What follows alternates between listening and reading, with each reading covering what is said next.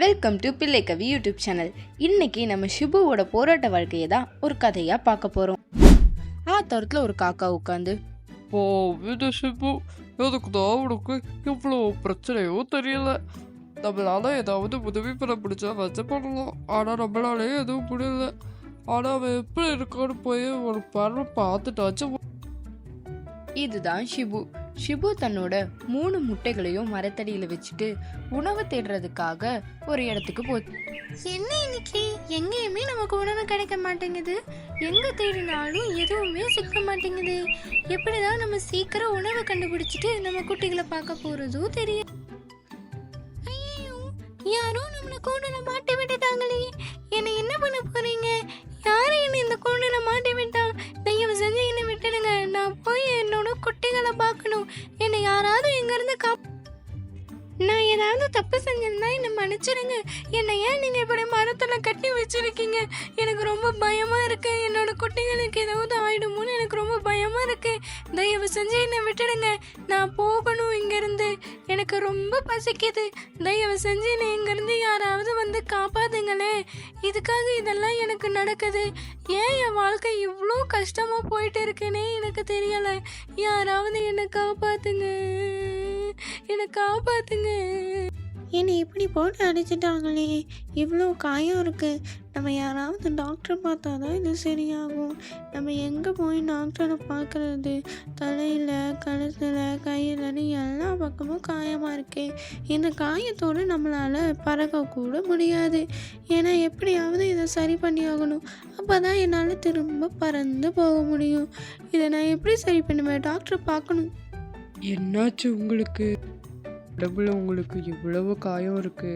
மூச்சை நல்லா இழுத்து விடுங்க. ஹார்ட் பீட்லாம் நல்லா தான் இருக்கு. ஒரு ஊசி போட்டால் எல்லாம் சரியாயிடும். இந்த ஊசி ரொம்ப வலிக்காது, சின்ன ஊசி தான். ஊசி போட்டுக்கிட்டாதான் உடம்பு சீக்கிரம் சரியாகும். நல்ல வேலையா அந்த டாக்டர் வந்து நம்ம உடம்புல சரி பண்ணிட்டாரு. இப்போ எப்படியாவது பறந்து போய் நம்ம குட்டிங்கெல்லாம் என்ன பண்ணிட்டு இருக்குன்னு பார்க்கணும். இந்நேரம் எல்லாம் பெருசாக இருக்கும்னு நினைக்கிறேன். அதுக்கெல்லாம் போய் நல்லா சமைச்சு கொடுத்து நம்ம வேலைக்கு திரும்ப போக ஆரம்பிக்கணும். அப்போ தான் நம்ம குடும்பத்தை நடத்த முடியும். ஆனால் இப்போ எங்கே இருக்குன்னு தெரியலையே. நான் விட்ட இடத்துல இருக்கா இல்லை வேறு பக்கம் போயிருச்சான்னு போய் பார்க்கணும். அது அதே இடத்துல இருந்துச்சுன்னா ரொம்ப சந்தோஷம். இல்லைன்னா மறுபடியும் நான் அதை தேடி கண்டுபிடிக்கணும். திரும்ப வந்து பார்க்குறப்போ அங்கே இருந்த முட்டைகள் எதுவுமே அங்கே இல்லை. கடைசியாக தன்னோட குட்டிகளை அந்த ஷிபு பார்த்துருச்சு. அதுக்காக சமைக்க ஆரம்பிச்சிச்சு.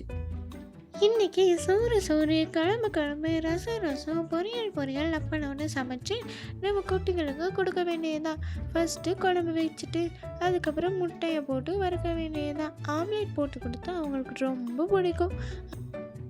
சமோசானாலும் அவங்களுக்கு ரொம்ப பிடிக்கும். சமோசா போட்டுட்டு சமையலே முடிஞ்சிருச்சு. அவங்களுக்கு நல்லா சாப்பாடு போட்டு அனுப்பி வைக்கணும். நம்ம சாப்பாடு ஆயிடுச்சாமா? நான் ரொம்ப பசிக்குது. வாங்க உங்களுக்காக தான் செஞ்சு வச்சுருக்கேன், சாப்பிட்டு தூங்குங்க. ரொம்ப டேஸ்டாக இருக்குமா? நீங்கள் எல்லாமே எங்களுக்கு ரொம்ப கஷ்டமாக இருந்துச்சு. எப்போ பார்த்தாலும் அழுதுகிட்டே இருக்கிறது. நான் எப்போ தான் வேலைக்கு போகிறது? சீக்கிரம் தூங்குப்பா, சும்மா அழுதுகிட்டே இருக்காம. வண்டி வருது ஒரு பூ ஷிபு, வண்டி வருது ஓரம் பூ ஷிபுவோட வண்டி வருது ஓரம் பூ அப்படின்னு சொல்லிட்டு ஷிபு தன்னோட ஆட்டோவை எடுத்துட்டு வேலைக்கு கிளம்பிடுச்சு. இப்படி தான் ஷிபுவோட வாழ்க்கை போராட்டமாக இருந்துச்சு.